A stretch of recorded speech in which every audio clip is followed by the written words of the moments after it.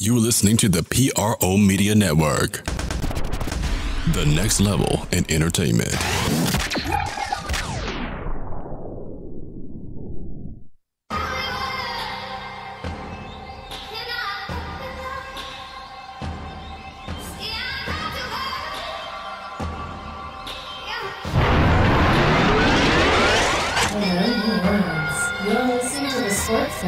Your new #1 podcast on everything Saints, Pelicans, and a lot more.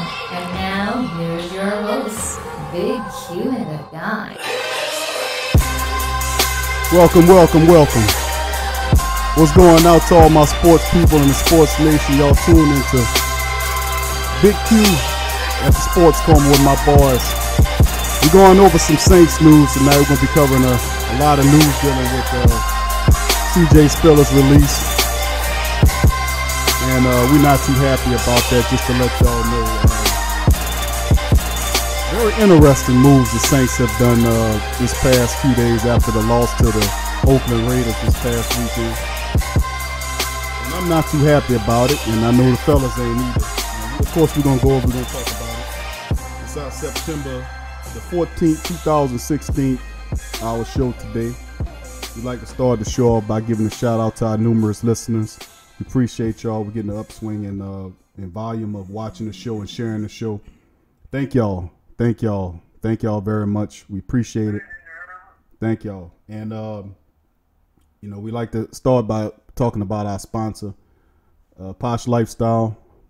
They have all of the great water filters, clothing, DVDs, healing magnetics, jewelry, crystal healing crystals, and everything. Please feel free to go by the Posh Lifestyle. That's life with a YLYFE. Check them out. They offer 100%, actually $100. With a $100 purchase, you get free shipping on the majority of the items. So go there and spend liberally. Support our sponsors because they support us. And their mantra is love what you do. So upgrade your lifestyle with the Posh Lifestyle and love what you do. Also, if you like our show, please share our show. Post it on your favorite sport networks that are sports sites that you like to go to. And if you ain't doing too nothing, just take our link and just post it in the comments section. Share it. Talk to your friends, family members about us. Share the show. And let them know they got some real passionate guys that love football. And they know strings. They like to tell it like it is, and we appreciate y'all for doing that.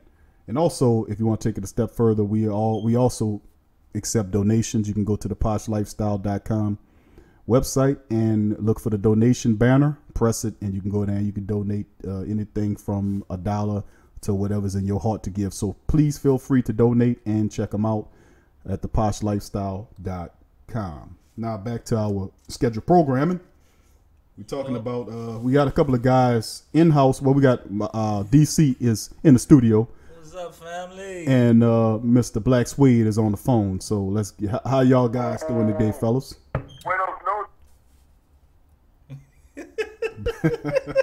To all our He started Spanish speaking fans. Spanish? Yeah. I'm exceptional. Well, fellas, we got a lot to talk about tonight on this 60-minute podcast. The big news on the block so far on this day is the release of CJ Spiller. The Saints released him with nobody knows what the hell they were doing, but they decided at the last minute. Sean Payton said they were trying to trade CJ Spiller, but when they got no takers, they decided, hey, we got to trade him. If we can't trade him by week 2, I guess we the deadline is obviously before the game. We need that roster spot. We need the roster spot. Well, we can basically give you 5 other players, Coach Payton, that you could have cut besides CJ Spiller, being that he's an asset in the running game, the passing game, and he plays special teams. So, and I would argue to say that Spiller is probably maybe the second or third fastest player on this team. And to release him, and according to what he told Jacina Anderson, was that he didn't even see it coming. He didn't even see it coming. And that's just odd to me because CJ Spiller, if we go back to the preseason, CJ Spiller was He was not a guy on the bubble. He played games. He played pretty decently. He did a better job than most of the guys that's still on that team. In particular, he played better than Travaris Cadet and Marcus Murphy, in my opinion. Man, I told you y'all gonna stop that about Travaris Cadet. That man had 3 catches for 14 yards, a 1-yard carry, and a touchdown on only 7 touches. You know, it's that was a career high. Yeah, career day for Travaris Cadet, man. It must have been. You're right. It really was. What the funny part about it is, he told Josina Anderson at ESPN that he didn't see it coming, and that he went on to explain and say that how wonderful the organization was and how they treated him, how he liked the guys in the locker room, and he's waiting for the next right opportunity. And I believe there might maybe 5 guys that I can give you right now, no bull, that you could have cut that's a lot worse than what CJ Spiller was giving you. And we're going to start by Mr. Skate Country himself. Tim Lolito was a guy that definitely should not have made this team. When you brought back Jari Evans, and then they allowed Landon Turner. Remember Landon Turner, the all-American guard who was pretty pathetic during preseason. He gave up he was Mr. Mudfoot. He was the guy that used to hang around with Fat L, but he just couldn't get his damn feet out. I mean, it was like he had cement shoes, like Swade said at times. He couldn't lift his damn feet up to save his life. He got beat around, and Mr. Skate Country, Tim Lolito was quite pathetic, and he played some games pretty decently. But as far as I'm concerned, well, hell, Big Q, don't hold nothing back. Give us the other 4 players that you see he could have cut. Outside of Mudfoot, Mr. Skate Country, there's other guys that I looked at cutting. I like just besides Tim Lolito, I mean there was what's the guy? Travis Cadet is number 2. Travis Cadet is another guy I thought they should have got rid of. Nobody can convince me that Travis Cadet is better than CJ. Right, Daryl Tapp's another guy I would have got rid of. Some people would have bucked against me, but I think maybe Go Watch Him was another guy that we were waiting for potential from Go Watch Him. I think potentially we should let Go Watch Him go. I mean, Kasimi Dibali was a guy that just outperformed him, and then the acquisition of Paul Kruger, who occupies the starting spot. You don't really need Go Watch Him. And if you want to keep the project, then another name that probably people won't like in a 5th and final name is Daniel Ellerby. Now I say that name to say, because the Saints used Keenan Lewis the excuse to say, well, his best ability was his availability, and he wasn't there. Well, guess what? Daniel Ellerby's not there. He wasn't there in game 1 with a quad injury. He didn't practice today, Wednesday, with another quad injury. So, I mean, he was there at practice, but he didn't play. So, you know, go ahead, Swade. What's your take? What I was saying, I think we talked earlier about it, and the reason why I think they were more lenient to let a running back go is because I think they need those trench guys, because those guys in the trenches, they get hurt almost every other game, and you got to have some kind of depth in those positions as far as offensive, defensive linemen, and even linebackers at times.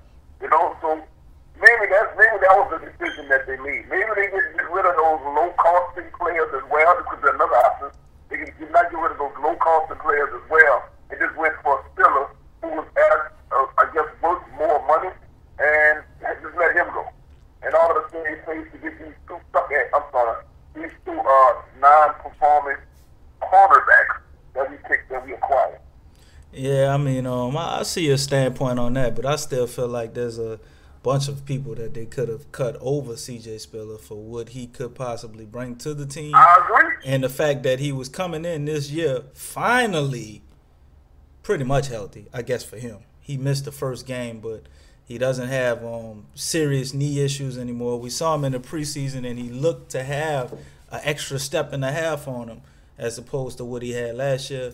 He wasn't electric when he got the ball, but when he got the ball, he definitely got positive yards, and he didn't do anything stupid. He wasn't fumbling or dropping the ball or anything. So it's just intriguing to me to see them cut CJ Spiller, yet keep Travaris Cadet, which we know is not a better player, and you will follow the I guess, the storyline of him not being available. But we have a bunch of people that are not available from time to time, and we still seem to pay them and don't cut them so much as Daniel Ellaby.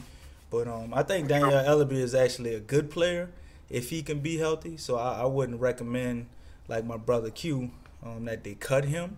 But I do see the point, and that they could cut potentially other people. And if availability is the issue, and this is the golden standard, then Daniel Ellaby probably could have been cut. He doesn't make the just mark. as well as CJ Spiller. Or So. Keenan Lewis for that matter. But my take is this: I like Daniel Ellaby. I like him a lot. But remember, he's been here for, I think this is his third year now. He took 2 pay cuts. The last pay cut, they were going to actually release him, but he took this real big pay cut that allowed him to stay on with the team. So he got a pretty cap-friendly contract. And he's a pretty good defensive player when healthy. The problem is with him, he's not there when you need him the most. It's never healthy. And he's not there. That's what Craig Robinson was bought in as an insurance policy for Daniel Ellaby. Now, so you got to think about getting rid of a guy when you need an insurance policy for him while he's healthy, right? Right. So this is what I'm saying. We know Craig Robinson was not brought in to start. I like Craig Robinson. I like Craig Robinson too, and I like Daniel Ellaby. Yeah. But the problem is Craig Robinson plays, Daniel Ellaby doesn't. Craig Robinson had 11 tackles in that game, and Daniel Ellaby was supposed to start. Now he had the quad. Now he got the quad injury again. I know you don't control your injuries, but the point being is that if the player can't be on the field to help you produce, then what's the purpose of having them? There is no purpose. But also why cut a player if you're still gonna pay him anyway? Like, well, you're going into another topic. I mean, how much money are we giving to CJ Spiller now that he's gone? Was it like $4 million or something like that? $4.5 million. $4.5 million. You pay this man to walk out the building? I mean, I don't think he was particularly any. But that's the messed up thinking that they have. They were let this 4.5 go to dead money and just to pick up the. But ever as cornerback for replacement of Delvin Bruce. And this is Sean Payton's excuse, dude. The dude said, but ultimately, we didn't have enough roster space to keep 6 running backs. But Sway, let me ask you this. Let me ask you this question. After Delvin Bruce's injury. But let me ask you this, Sway. Is CJ Spiller the top candidate to be released? Now, remember what Payton said. He said they was trying to trade CJ Spiller. Now, CJ Spiller didn't approach CJ Spiller. They didn't tell him anything. They just told him that we was trying to trade him and they couldn't get a trade done. And I'm like, okay, you can't get a trade. You're trying to trade the man. Number one is you should tell him if you're trying to trade him. That's number one. Number two is the trade deadline is not today. The trade deadline is at least 4 or 5 weeks from now. So if you don't trade him a day, you hold on to him. Maybe down the line you can be able to get a team that say, hey, man, we thin that running back. You still got CJ Spiller available? Yeah, I do. Well, here's a draft pick or here's a player that can help you. Instead, you release CJ Spiller. You get nothing in return but a stupid face and saying that, well, guess what? The 2 biggest acquisitions from 2 years ago, Brandon Brown and CJ Spiller, are now members of the Dead Money Club. What's your comment on that, DC? I like the Dead Money Club. They in there. They in there. Well, I'm saying hopefully it can be a thing where we turn around and we did like with Jari Evans. We owed him $5 million and then we turned around and brought him back for peanuts. And so they're basically giving him his $5 million and he's back on the team. And I noticed one thing, Sean Payton made 2 statements, pretty much leaving the door open for CJ Spiller to come back. He talked about how he was a very, very, very good teammate, and he don't think the door is closed on him, and the window may still be open for him to return to the Saints. I don't understand the mindset is my thing. It's like we're insane right now. We've been doing this dead money shit since 2012, and what have our records been since then? So it's obvious that this has to change. We lead the league in dead money at $40 million. No other team. We ahead probably by 15, 20 million. Well, listen, Sway, we're gonna let you and DC finish your comments. We're about to go into our first break. But on the other side, we're gonna talk some more about CJ Spiller's release. Mickey Mouse Loomis strikes again. We're gonna cover him. We're gonna have a little of the Wednesday teleconference that Sean Payton released. We're gonna play a little of that as well and comment on that. Also, we got other news, NFL news dealing with the Saints that we're going to cover on the other side of the break. You're listening to the Sports Coma with Big Q and the guys. Stay with us. At the Posh Lifestyle, I go there for all my health needs. They offer great deals on organics, water filters, healing magnetics, healing crystals, clothing, books, DVDs, vitamins, and a lot more. They even have free shipping when you spend over $100 on most products. With secure online ordering, fast service, and great products, I save some money and I'm improving my health doing it. It's a win-win. So do what I did. Go to shop.theposhlifestyle.com. That's shop.theposhlifestyle.com. That's shop.theposhlifestyle.com. So upgrade your lifestyle with the Posh Lifestyle and love what you do. Just start me. When I'm on your Madden team, rushing the passer and tackling dudes are some strengths of mine. Build your game strategy around me, cause my rating is 99. Feel that slot for LB by just calling on me, and we both can shine. Cause I just need one more shot to be MVP. Yeah, we can win, so I'm saying start me. Let's do this. Stop all plays, just using my body. When I'm on your Madden team, change your roster up and just start me. Opponents never gonna make first downs. Try, then won't gain no ground. Just start me. Just start me. Build your team and take them all the way. Madden NFL 17. EA Sports. It's in the game. Xbox One S, starting at $299.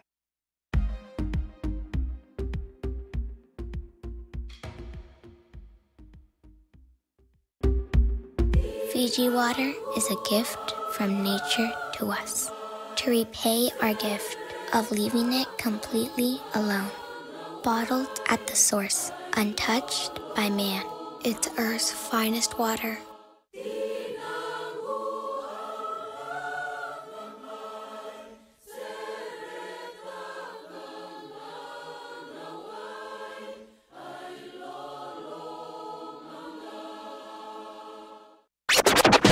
I'm a Saints and Pelicans fan, so the only podcast I can get my fix is the Sports Coma with Big Q. The guy's intense, funny, and they always keep it real. Check out the Sports Coma with Big Q and the guys on SoundCloud.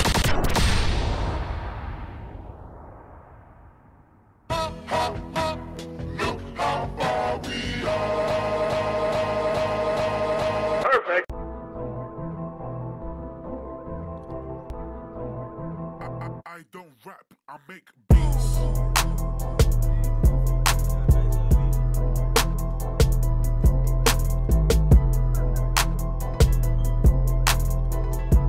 Welcome back to the Sports Coma with Big Q and the guys, coming off a break. Still talking CJ Spiller release. Trying to rationalize it, to be quite honest with you. It kind of took a lot of people by storm. By surprise, actually. I say it's probably the second most surprising cut besides Keenan Lewis release, which cut us a little more surprising. You think so? Yeah, because he didn't get enough time. Like, I mean, his whole first year he was hurt, and I can understand what they're saying, but he looked to be getting better, and I mean, you would at least give the guy another shot to redeem himself from last year.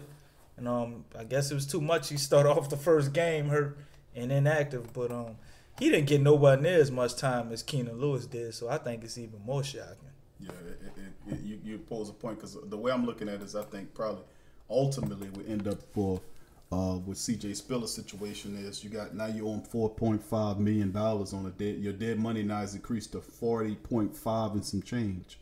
And we happy we were there with a badge of honor, because obviously Mickey Mouse Loomis just don't give a damn about how much money he piles up on the dead money looking at the future. Well, guess what, Mickey Mouse? There is no future if you keep losing. Now, of course, Tom Benson is a guy, obviously, he wants to win. He made a speech I read to the team about how he wants to win. But by example, I know he's an old man, but the reality of the situation is maybe somebody should bring charges up against Mickey Loomis and some of those administrators for messing over our old man. What you call that, elder abuse? Because obviously they're elder abuse. They need to bring charges up on Mickey Mouse for elder abuse because the type of bull crap they're doing with this, it's ridiculous. The dead money situation is $40 million. Now, we spoke about that in the preseason, which it was high enough, but they gladly added 2 people to the dead money list. CJ Spiller at 4.5 and Keenan Lewis at 6.3 and some change. So that's over $11 million that you added. I wonder if they don't succeed this year. And is it next year? If we forbid that we have a 7-9 season or below, will they blow this team up and just start from scratch? You can't do. I don't think they can blow the team up, especially. Because, with I mean, but think about it, DC. I mean, do we actually? If we don't succeed this year, and not saying we don't have a lot of good players on our aura, but what is your chances of actually becoming a champion? Because you play every year to be the champion, correct? So what is your actual chances of becoming a championship team if you cannot get a winning season this year? You might as well blow it up. Start from, I guess you start with Breeze and Ingram and Cook and Thomas, and then everything else after. You gotta start. I disagree, because if you're gonna blow it up, you got to start with Sean Payton, because it would have to be a total change in philosophy. As long as Sean Payton is here, Drew Brees here, as long as he want to be. So and that pass first, offense first type mentality is gonna be here. And I think that's part of the reason, some of the reason that gives us the issues we do. Maybe Sean Payton has a lot of control too, and he has a big plan in some of these decisions, because he knows offense, but it's clearly the defensive decision making a lot of times sucks. So I mean, I really don't see them blowing it up, man. Maybe they could try and tank, get a better draft pick if you know for sure you can't get past them 7 wins. Yeah. Well, I guess I agree. I don't think they're gonna blow the team up either. I think with the acquisition, don't make sense. Well, defensively, they're already blowing it up. You know, they've been moving back and forth with that constantly, with the defense being. Yeah, we don't have any starters from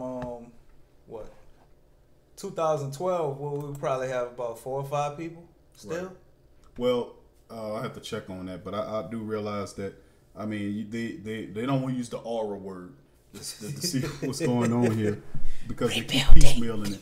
But the part about it, which I'm really upset about, is the fact that Mickey Mouse continues to keep doing the same thing over and again, backloading deals and releasing veterans that they signed within 1 to 2 years.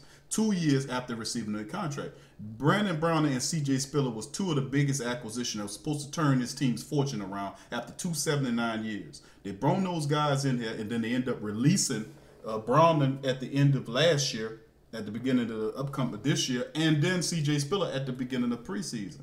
So if C.J. Spiller earned his role during the preseason, then you decide, and then somewhere between the last preseason game against Baltimore and the regular season game against Oakland, this decision was made without notifying him that we're gonna try to trade this guy, and if we can't trade him, we're gonna release him.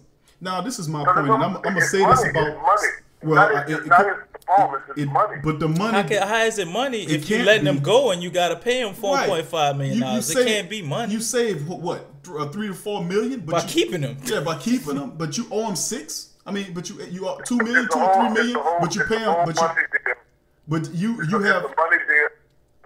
But to address the money situation, that stuff would have been valid if you had done the business before free season, the free agency period started.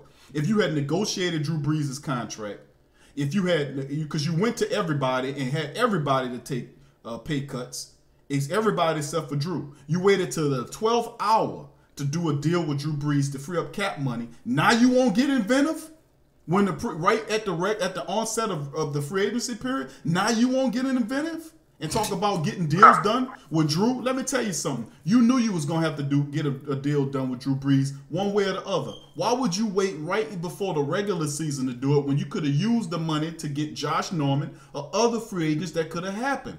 Now, another thing, this was the type of boneheaded logic that we talking about with dealing with Mickey Mouse Loomis. You know, and it's ridiculous because these players come in and they might have a bad year. Now they're gonna talk about how now football novice might talk all day about how terrible Brandon Browner was.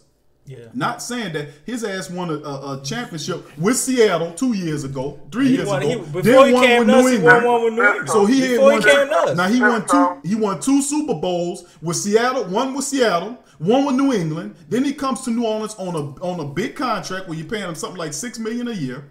He starts for you at cornerback. He plays the entire year. Even he played hurt at the end of the year. We found out that Brandon Browner played hurt. Now, that's the first time in a long time that Brandon Browner played an entire season. But football novice didn't pay attention to that. Only thing they talk about how shitty cover man Brandon Browner is. But guess what, football novice? You got other people that's on the field that's responsible as well. The safeties, it's a reason why they call the safeties the last line of defense. Now, we know Brandon Browner ain't a speedster, but we also know that when you playing cornerback, you got to get to the quarterbacks with the pass rush. And number two, the safety got to be up top to help out on coverage. So it wasn't Brandon Browner's totally fault. Now, it's the Saints' fault because they went and assessed this man's ability, said that he could help. Brought him in. The systems didn't play. They could not get the systems together. Remember that. They switched from a 3-4 to a 4-3. There was beef with Rob Ryan. They brought in Dennis Allen to be a special assistant, what ultimately would end up walking Rob Ryan out. And it was a whole setup play. We seen it from the onset. You bring in Dennis Ryan. We said, "Oh, that's a move to remove Dennis to get Rob Ryan out of here," which it was. And then they blame the fault on the defense on Rob Ryan's scheme. Well, Rob Ryan, he said, "You know what? I'm not no sucker. You guys didn't let me play the system that I wanted." Then you play guys like Hakeem Hicks out of position, big old 300-pound defensive tackle, playing defensive end. And then you say, "Oh, we can't get a pass rush." Stupid, boneheaded decisions like that is what I'm saying over and over again. Playing players out of position. Drafting guys that played left tackle 4 years in college, then bring them in to play a right tackle when they had right tackles that played 4 years of college available. It's the same thing. So what I'm saying is this is a systematic line of boneheadedness. Started from the top. I'm not going to spare the coach because the coach's ass is just as much as blame as the rest of them. But C.J. Spiller has talent, more talent than Travis Cadet and Marcus Murphy. He is a better kick return and punt return man than Marcus Murphy or Travaris Cadet. He's a better receiver than either one of those guys. He's a better total running back than any one of those guys. And he was brought in to be a difference maker. Guess what? He plays special teams. He come in as a change of pace back, and he's also a good wide receiver. So why the hell is he cut and the other guys is not cut if you need a spot? And if it's all about money, you got your money with Drew Brees. You're not going to sign any big name free agents at this stage of the free agency process. They all gone. So this is the kind of foolishness that I'm talking about. Now it's all about money when you let Drew Brees sit his ass up there for all that time and let all those free agents go through. Now we want to try to save money to try to do something? Are you kidding me, man? What's y'all take on this? It's a line of baloney, man. My take on it, I'm not going to blame Mickey Mouse, Loomis, or Sean Payton. What you gonna blame Tom Benson? It's on Tom. Tom Benson need to walk in Mickey Mouse Loomis' office and smack them glasses off his face. Stop wasting my money. We need to go find out wherever Tom Benson's old folks' home is, and we need to go there and bang on the window and tell him. We might need to bring him up there, bro. We need to bring him and say, "Look, it's not Benson's fault. It's not Loomis' fault. Y'all missing the whole big picture of whose fault it really is." You better not tell us the fans' fault. No. It's Travaris Cadet's fault. I get it. That's why they brought Cadet back. He's a scapegoat. How is it Travaris Cadet's fault? He gonna bring all that trash to the BFI garbage truck. I want to know how. Swade, we got 30 seconds, Swade. I want you to fill me in. Why is it Travaris Cadet's fault? You know what? They spent all their time looking at Travaris Cadet, man, thinking he's a decent player. You know, and watching him not succeed, that'll mess your head up, bro. That'll mess your head up and have a spirit, man. You don't know what's going on. And it's all his fault, bro. Travaris Cadet made our coaches delusional, that's what you're saying? Right, man. Yeah. Well, listen, we're gonna get into your theory after the break. We're about to go into the next break. But when we come back, sports fans, we're gonna jump topics. Of course, we're gonna still talk about Mickey Loomis, but there were a couple acquisitions the Saints brought in. We'll talk about some Hall of Fame news dealing with the Saints. Sean Payton's press conference. We're going to play a couple of snippets from that, comment on that, and more of the news coming on the other side of the break. Listen to Sports Coma, Big Q and the guys. Stay with us. I'm not retiring. I'll still break that old man's ankles. Still gonna knock down turnaround jumpers all day. That ain't changing. Man, I drop threes on them all night long. All night. All night. I'll drain threes on you all night. Man, I dropped 82 on you. I've been Kobe for like 14 years. I've been him for 16 years. I won like 15 championships. I've been Kobe for as long as I can remember. Dude, you're 8. Nah, man, I'm not retiring. I hate Kobe Bryant. I love that Mamba face. I hate that Mamba face. I'll dunk on fools. I'll still hate Kobe Bryant. I'm still gonna hate him. He's not done. This doesn't change a thing. I am Kobe. I am Kobe. I am Kobe Bryant. I'll still be Kobe Bryant.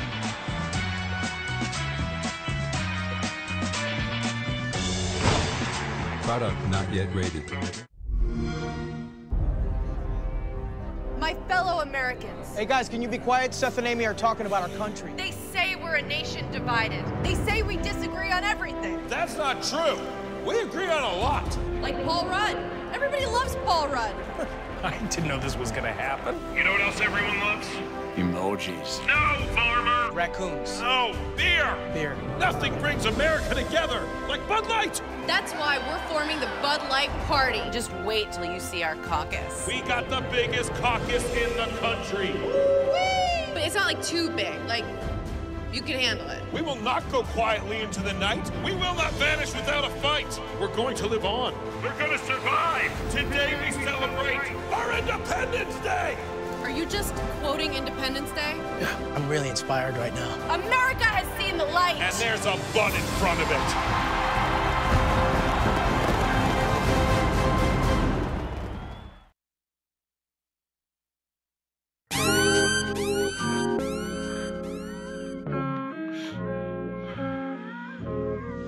DJ Esco, E.T., Esco Terrestrial.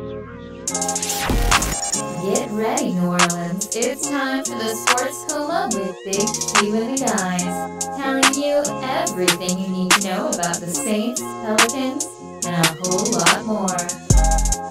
Oh yeah, welcome back to Sports Coma with Big Q and the guys coming off break. Going ham on Mickey Mouse Loomis in this piece in the Disneyland that they're running over there at the New Orleans Saints facility on airline. I thought Disneyland, Disney World was in Florida and California. You come play for us, we pay you for nothing that you do. We thought they had carnival rides and clowns, but they got plenty of clowns without makeup sitting over there in the Saints facility. Yes. And I'm gonna be honest with you, man. We peed because this is a year, and the fellas was talking about off break, and I'm gonna let them comment on that before we play some of Sean Payton. So what I'm trying to get. Hello? Yes, sir. Go ahead. What I'm trying to get everybody to understand, and I can dig everybody being mad about the dead money. That's cool. But when you look at it, man, you have by the year 2018, you have no dead money. If they're not getting rid of anybody else, you have no dead money. You look at 2017, you have 4 players that'll be in the dead money category, which will be Keenan Lewis, C.J. Spiller, Brandon Browner, and Gary Grayson. If they don't sign them back, any of those back to the roster. You have Drew Brees, who you just signed a 2-year, $44 million contract to, which starts next year, which is the 16, so it was the 17-18 season, and then you go into the 18 and 19 season. The Saints are on a 2-year plan. What disturbs me is that it's just a lot of moving around and a lot of passing up that they're doing right now. They're on a 2-year plan. As far as next year and the year after that, everybody's contract is taken care of, except the ones that they brought in to take the spot of Kihaha and what's the other guy? That's it. And Delvin Rowe, which is what's the other 2 new dudes that they brought in, Webb and Sterling Moore. So I'm gonna say the Saints on a 2-year plan. These young dudes in the backfield that have matured by then. You know, you'll have the dead money gone. And by the end of those 2 years, once Breeze is out of here, you'll have no dead money and you'll have enough to get you a star quarterback. But we are on like 2-year plan. They know they have dead money. These people are in the business. They're stupid. I mean, they look stupid, but they're not stupid. I don't want to go ahead and give them that. I'm trying to give them the benefit of the doubt here. There's clearly no benefit of the doubt, man. I mean, we keep beating this dead money horse because, I mean, it's a formula to it, man. It's a real big thing because if you look at all the teams that are in dead money trouble, hardly any of them make the playoffs. Right. So it's a real big thing. That's terrible mismanagement. You're missing on big deals, so you have to ask yourself. I looked around the league and you look at teams, the real good teams, they don't miss on any deals like that. Well, I know for a fact, not to cut you off, DC, but I know for a fact one free agent in particular that the Saints missed out on that they really could have had if they would have had their money correct, and that's Josh Norman. Yeah, Josh Norman would have been a New Orleans Saint today, and we would not be talking about. We would have just cut him too and gave him a nice. No, I think we'd actually held on to him. But that's what I'm saying. Josh Norman would have been a New Orleans Saints because we'd have had the money to outbid the Washington Redskins for his services. And that's why I'm saying I'm upset because Mickey Mouse Loomis could have got this deal done with Drew Brees at the end of last season, going into the following season, where we could have had that money available, as opposed to forcing everybody on the team to take pay cuts, including Jari Evans, who took 2 previous pay cuts. And decided not to take this pay cut, and they said we cut you, and they brought him back. And then bring him back because guess what? All of the stuff we were saying about Skates, they heard and said, well, you know what? Skates ain't Tim Lolito, Mr. Skates, a skate country. He really ain't that good. Yeah. But we gonna still hold on to Mr. Skates, along with Clemente, who I actually like, who's better than Tim Lolito, and Landon Turner, who didn't look too good, which is a futurist pick. It's all right in the running. But you hold on to Turner and Clemente. That's 3 guards that you have for 2. They don't usually keep 3 guards on this team. They don't have a rotational tackle right now. So if one of those guys gets hurt, guess what? If Armstead's not complete or healthy, you know what they're gonna do? They're gonna take Andres Pete and move him to the tackle position. Well, Khalif Barnes did come down to the office you mean the again this same week. Khalif Barnes that they signed previously and then cut him? Man, I don't know, bro. It's like the Saints, it's like they break up to make up, man. All free agents come take a ride on the merry-go-round created by Mickey Mouse Loomis and the circus that we got going over there on Airline Drive at the practice facility. We sign people, we cut them, and then we sign them back. And kids, y'all can go down there too because they got clowns with big red noses and balloons and all kind of stuff at the Saints facility. But anyway, let's jump off of Mickey Mouse's situation because we can talk about that for an entire hour or two. They did pick up they brought in a cornerback to replace when CJ Spiller. They said, okay, well, we released CJ. We needed to get BW Webb down here. He better get a pick. And BW Webb, we affectionately call BW Webb the middle school because his name sounds like a middle school name from down here. But anyway, like a middle school. So you got rid of one dude with 2 name initials, CJ, and then picked up BW. They'll never know the difference. Nah, but the funny part about it is this. Okay, BW Webb, 5'11", 190-pound cornerback, 4th round selection in 2014 for the Dallas Cowboys. Played with 2 or 3 teams. No, don't do it. Don't do it. We got another young guy. Never officially started. But you know where I'm going. Hey, you know what? Let me finish this. They say he could run and he was fluid. Well, let's hope. This is my take on it. You bring Well, you bring my point about BW is this: you bring BW Webb in here. You bring he doesn't know anything about the system. You got a practice squad. Guess who's sitting on the practice squad waiting to play and who's played for the Saints for 3 years? Brian Dixon.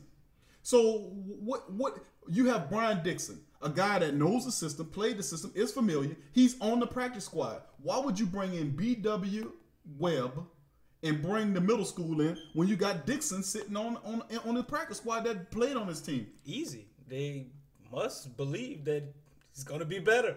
It's amazing to me. It really is. It's simply amazing. I don't see how within 1 week because we really need a guy like, today. So it's amazing. Will he even contribute this week? I doubt it. We really need him. But for a guy but Brian Dixon, if you bring Brian Dixon off the practice squad, Brian Dixon could actually contribute, being that he's been here for 3 years. He could contribute. He's not going to be limited in the playbook like Sterling Moore or this or BW Webb, the middle school. This guy, he's not going to play that much. I guarantee you that. But we don't. Before we go on to our next topic, let's play a little bit of Sean Payton's teleconference and see what he got to say as he talk about his young cornerbacks and then the decision to deactivate and trade C.J. Spiller. Here's a little bit of that. Cornerbacks play. Well, I think there's snaps that they played very well, and there's some snaps obviously we've got to get cleaned up. I think defensively, the first 3 quarters of that game, there are a lot of things that we do according to plan. We limit the explosive plays. We handle a quick short field in the first drive where we had the fumble. And then once that fourth quarter started, even there's a part of the third quarter, the keys for us defensively all of a sudden begin to crumble somewhat. And they have the long run. There's penalties on a few drives. All the things that we had done in the earlier part of the game, we're unable to do then. We're unable to get off the field on third down. So I think, they did some good things, especially early, and I consider PJ a young corner just because it's his first year playing. But again, there's some things that, that they've got to get better at here, and I think they will from week 1 to week 2. Sean, what was the decision to deactivate Spiller? Well, it was just one of these games where we knew Cadet was going to have a big role in his position, and it really just came down to the numbers. Lasco's playing on all special teams. It's really one of the challenges with 6 running backs on the roster. So a lot of it was per our game plan. Is that a negative sign for Spiller's progress, or no? Listen, I think we've seen the progress. It was just that game and how we were going to, approach that game with our personnel groupings. So that'll be something we look at week to week. Is there Ron, did you get an explanation on the? It looked like there was some confusion on your third time out after the long play that fumbled. Yeah, what was all that about? Anytime there's an explosive play, there's always the risk of an early clock. But what happens in that sequence, if I'm not mistaken, it's hard to capture all of it on film. There's some question as to whether it was a fumble or not. So the ruling on the field was it was a fumble recovered by the Saints on the 2-yard line. So certainly I'm not going to challenge that because it put us on the 2. But the process in the officials gathering and then eventually spotting and then whistle ready for play happens.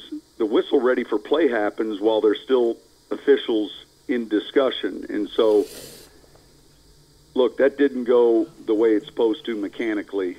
And we're pretty good about getting the subs in, and all of a sudden we're going to a goal line personnel. And as Drew's getting out of the huddle, getting to the line, it's evident that we're not going to get this playoff. I want to see a continuous feed.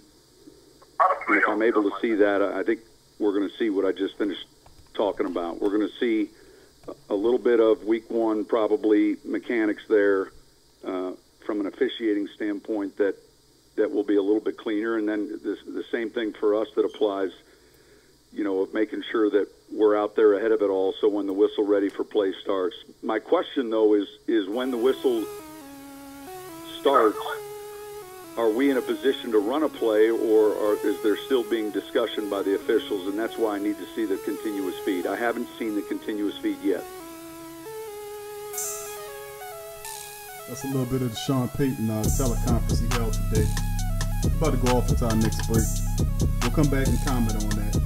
Talk about the Hall of Fame news from the Saints and who could be possibly involved in the next year's Hall of Fame nomination.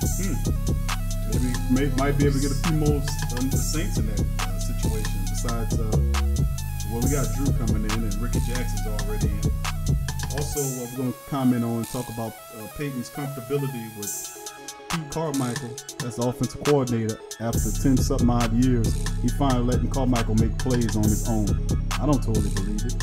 But we'll talk about other things as well when we come back off the break. You listen to the Sport Coma with Big Q and the guys. Stay with us. You will do your taxes twice, maybe more. You will ring in the new year twice, maybe more. You will wait and wait and wait some more, all before that electric car company's new model ever even arrives. But the all-new 72 MPGe performance-driven BMW 330e is here now, reinventing what a plug-in hybrid is like only BMW can. It's the car you've been waiting for without the wait.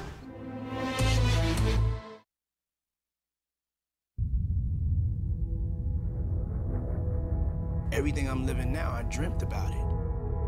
I knew that I had to work hard to get it, and I wanted it. I got my first job when I was 12. I didn't settle at one paper route, I went and got 4 paper routes. My mother, she had 4 jobs. By seeing her work ethic, it was instilled in me at an early age. It's not gonna be on your time, it's not gonna be on your schedule. You have to be patient. Me not giving up, the opportunity arose. Puff Daddy and the family. You gotta keep driving, keep working, falling down, getting up, falling down, getting up. And then you finally get to it. But don't never let them put us in a box. What I do now is I open doors. I do it for we. It's our turn now. Let's get it.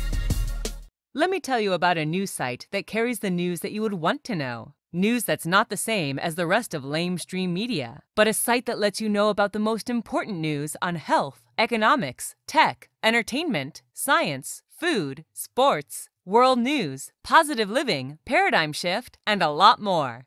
Go to theposhreportonline.co. That's right, theposhreportonline.co.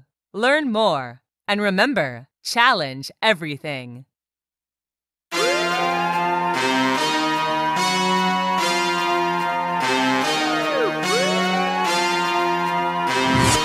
the Sports Coma on Facebook, Twitter, Instagram, and YouTube.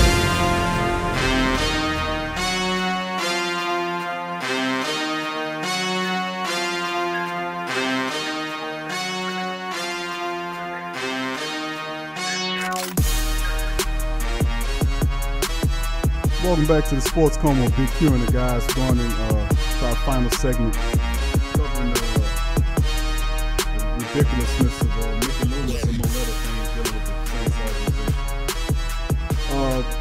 Got a little news on the brighter side of things. We got a couple of guys nominated for the Pro Football Hall of Fame next year in Canton. Martin Anderson, the Great Dane Martin Anderson, who should have been in there. Should have been in there. All-time leader in points. All-time leader, I believe, in points in the NFL. Shit, he played till he was like 50. Huh? He played 20-something odd years, I believe. But Martin Anderson, man, one of the best. And, of course, the immortal Sam Mills, man. What a player he was. Of that vaunted. Field mouse. Yeah, the old field mouse. One of the greatest linebackers. And Mike Singletary, who some people believe from the Chicago Bears Super Bowl defensive Hall of Famer, believed that said that the Saints linebacker core was the greatest linebacker core the NFL has ever known. And that's high praise for Mike Singletary. And only one of the vaunted 4 linebackers are in the Hall of Fame. That's, of course, Ricky Jackson, who got a Super Bowl with the San Francisco 49ers. A lot of those guys remember him. Of course, Vaughn Johnson, Pat Swinton, and Sam Mills. Hopefully Sam can get in there. But Martin Anderson definitely is a guy that should have been in the Hall of Fame. But but that's at least that's some good news we got to report to y'all dealing with the Saints today. Also, we're going to kind of slip back for a second. We'll talk about the previous segment. We played some snippets from Sean Payton's interview, his teleconference, where he was addressing P.J. Williams and addressing the C.J. Spiller debacle. Let the guys get their take. I want to start with you, DC. What's your take on what Sean Payton said from the previous segment? Man, he a silver-tongued devil. He said all that about C.J. Spiller. And then they cut the man, probably about 3-4 hours after all of that? Don't you just hate that when a coach tells a player, hey, man, you know what? He's a fantastic player. He was just excellent and such and such. So why the heck have you cut him if he's such a terrific Exactly. talent? I mean, just don't tell me that. Why not keep it real? I mean, what do you feel like? You're giving away your game plan? He's inactive. Like, what point do you have to lie like that if you know you're going to get rid of him? So that's the big thing that stood out for me. As usual, Sean Payton doesn't sound overly concerned, so I think he has a few tricks up his sleeve with some things he's trying to do. Only time will tell if they work out. But he definitely has a plan. You could just hear how he talking all snarky, and he's a little mad genius with a little trick up his sleeve. But hopefully for our benefit it works out. I just cannot wrap my head around getting rid of C.J. Spiller, and then you get rid of him, and not only that, before you got rid of him, they asked you why he was inactive. Hold up, let me make this one point.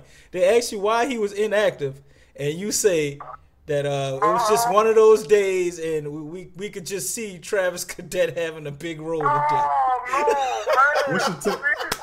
Piggyback that point, Sway. He didn't want me to say that. He wanted to cut on Travis. Hey, bro, he said that man 7 times like Candyman, bro. Hey, bro, let me tell you something. I don't understand, the logic behind. Every time I hear this guy's name, I don't understand why is he still here. I don't get it. And why he said that and said he thought about that. It wasn't a mistake or like, say, hey, next running back up. He had that a day before and thought about it and say, hey. I don't know, bro. I think you're right. I think Travis Cadet has made our coaches a little delusional because obviously he thinks Travis Cadet is Reggie Bush or something, like he can be some type of master decoy. I'm trying to think he slipped his man like skills or something, like, you know what I'm saying? Like he's slipping something in his drinks or something. This dude, I don't understand why is he still here if I was even sit and contemplate. Hey, that man played for the Patriots too, bro. That's a top-notch organization. They had Travis Cadet too for 1 year. The Patriots. It's a head scratcher for me, no matter how you slice it with Travis Cadet. Even though I don't really have a beef with it. The Patriots is an awesome team, and you know what? And they're coach real good, but we're still talking about a coach who wears no sleeves sweatshirt. You can't have it all, bro. I mean, a man of coaching jeans, he ain't got no style. Let me ask you this, Wade. Let's switch gears for a second. Another move that was made by the Saints was, of course, Bobby Richardson's a guy that we all like. We like Bobby Richardson. Bobby Richardson was released off the practice squad. He first of all he won a spot with the roster last year. Started opposite of Cam, had a pretty solid season. The following year had a pretty decent, I guess, preseason. They then cut him and put him on the practice squad, and then recently have released him. And I just don't understand how a guy like Bobby Richardson falls from grace that fast. He only worked his butt off. He plays multiple positions, plays defensive end and defensive tackle. To me, I think he's probably a pretty decent option than some of the guys that I can see that they have with them now. And although I can see Darryl Tapp might be a little bit better pass rusher than Richardson, but Richardson gives you a little bit more value in terms of his flexibility, what he could play multiple positions, which is obvious a thing that the Saints like to perform. Outside of that, let me ask you guys a question, jumping subjects again, where Peyton mentioned that he was quite comfortable with offensive coordinator Pete Carmichael making the plays for the Saints in the loss against the Oakland Raiders. What do y'all take on that? Now, Carmichael's been with the Saints for now, 11 years? Mm-hmm. And this is the first year Sean Payton will allow him to make the calls so he can focus on what a head coach is supposed to do, which is all aspects of a team, the offense, defense, and special teams. Now, the defense gets a lot of the slack, and deservingly so, but that shitty offense, that shitty special teams coach, and what he's doing is not exactly fantastic either. But anyway, let's keep it to Carmichael. What are y'all takes on the decision, the wording, the remark on Peyton versus offensive coordinator Pete Carmichael. We'll start with you, DC. I mean, I feel like, it's that moment when you finally realize like your little brother isn't as sad as you thought he was, and he might have told you like 10 different plays, and you're like, no, we're not doing that, and you're like, oh, that actually was a good idea. We're gonna use that one. That's kind of how I look at that. I mean, Sean Payton is a offensive guy, man. He loves offense. He eats, sleeps, breathes, drawing up plays. I find it really hard to believe he just completely handed over the play calling duties to Pete Carmichael. I think Carmichael gets to call plays like in some of the mundane times. He can throw some options out there for Peyton to agree or shoot down. And that's just kind of how I see it. Exactly what it is. He gonna have the ultimate last say, and if he feel like he won't do this play, he gonna do that play. But it ain't no independent operation where that's what's going on, and Peyton's making sure the guys get lined up and all. Nah, he got that headset on, listening to that play. You better believe it. If I don't like it, we not doing that. That's right. What's your take? Sway? I agree exactly what he said. This will be a moment where AP. What would you call on this play? I do an I formation Z, and then Sean will say no. That's one of the single man formation. It's the same thing like that, dude. He's just gonna give him a shot, and if he doesn't agree with it, dude, he's slamming it straight up. Pete might be trying to be a head coach somewhere, So he's trying to say, look, this is how it is. You trying to build him up? I don't know if I know Carmichael had an opportunity a couple of years ago to go somewhere. Yeah, Joe Lombardi he left to go to bust Detroit. A move and went to Detroit. Got a little better position. Then did a moonwalk right back to Gibson after he flopped in Detroit. Let's get a little bit more of Coach Payton's commentary from the teleconference. Is there any update on Delvin, bro? Yeah, Delvin, and typically I would wait till Wednesday, but he's got a fracture in his fibula. He had the procedure done this morning. He'll be able to make a full recovery and be back with us this season and play. Time frame wise, you're looking approximately at 6 weeks. Coach, how did your offensive line grade out after you watched the film? Overall, I think pretty well. I think there's a handful of things that we'll work to improve on. I thought we protected the passer well. We knew going in it was going to be a game where we'd carry a certain amount of runs and have some balance, and yet it's a pretty thick front that we felt we could block in protection, and we were able to do that. We had a few different plans on how to handle Mac. The only sack fumble was a third down play in the first drive where we did a good job in protection, and we just got to find a way to maybe eat that ball or throw it away. But I think in week one, I think there were a lot of positives to build on. Well, that's the coach on those few comments. Any comment on that, Sway? Yeah, I saw a lot of positives, man. I did, and like I agree with what he said. It was everything until that fourth quarter hit, and it was like, what the hell is this? And we discussed this the other day, how they should have went to the running game and to control the clock and other things of that matter. So there's a lot of things we can work on. That it's not, it's not anything that you would have to we're gonna have weeks on this. It's something you can actually turn around for the next game. Right. That's it, man. I saw a lot of good things. Yeah, I thought his comments were spot on. Obviously missing the point that you just brought up. I was going to bring up the same thing about the running game, but that would be a big reflection on his mishaps because you're starting the fourth quarter with a 22-point lead, man. Your running game got to be more involved. So I think that's the only thing he pretty much left out based on that comment. But I was very impressed with the offense. They look like they didn't miss a step at all, man. We lost a game on bad clock management, not running the ball, and some uncompromising positions that we put on the defense. So.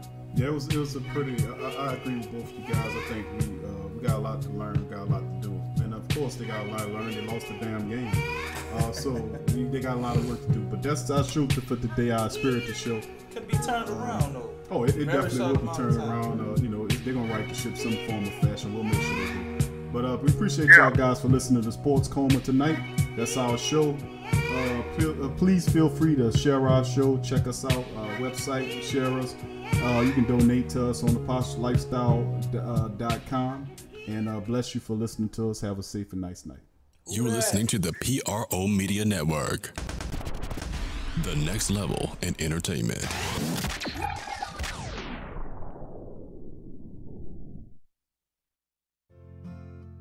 At The Posh Lifestyle, I go there for all my health needs. They offer great deals on organics, water filters, healing magnetics, healing crystals, clothing, books, DVDs, vitamins, and a lot more. They even have free shipping when you spend over $100 on most products. With secure online ordering, fast service, and great products, I save some money and I'm improving my health doing it. It's a win-win. So do what I did.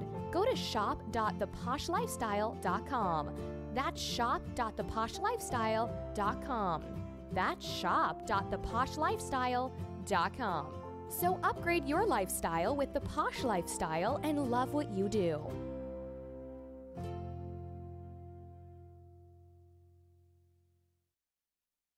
Let me tell you about a news site that carries the news that you would want to know. News that's not the same as the rest of lamestream media, but a site that lets you know about the most important news on health, economics, tech, entertainment, science, food, sports, world news, positive living, paradigm shift, and a lot more. Go to theposhreportonline.co. That's right, theposhreportonline.co. Learn more. And remember, challenge everything. I'm a Saints and Pelicans fan, so the only podcast I can get my fix is the Sports Coma with Big Q. The guy's intense, funny, and they always keep it real. Check out the Sports Coma with Big Q and the guys on SoundCloud.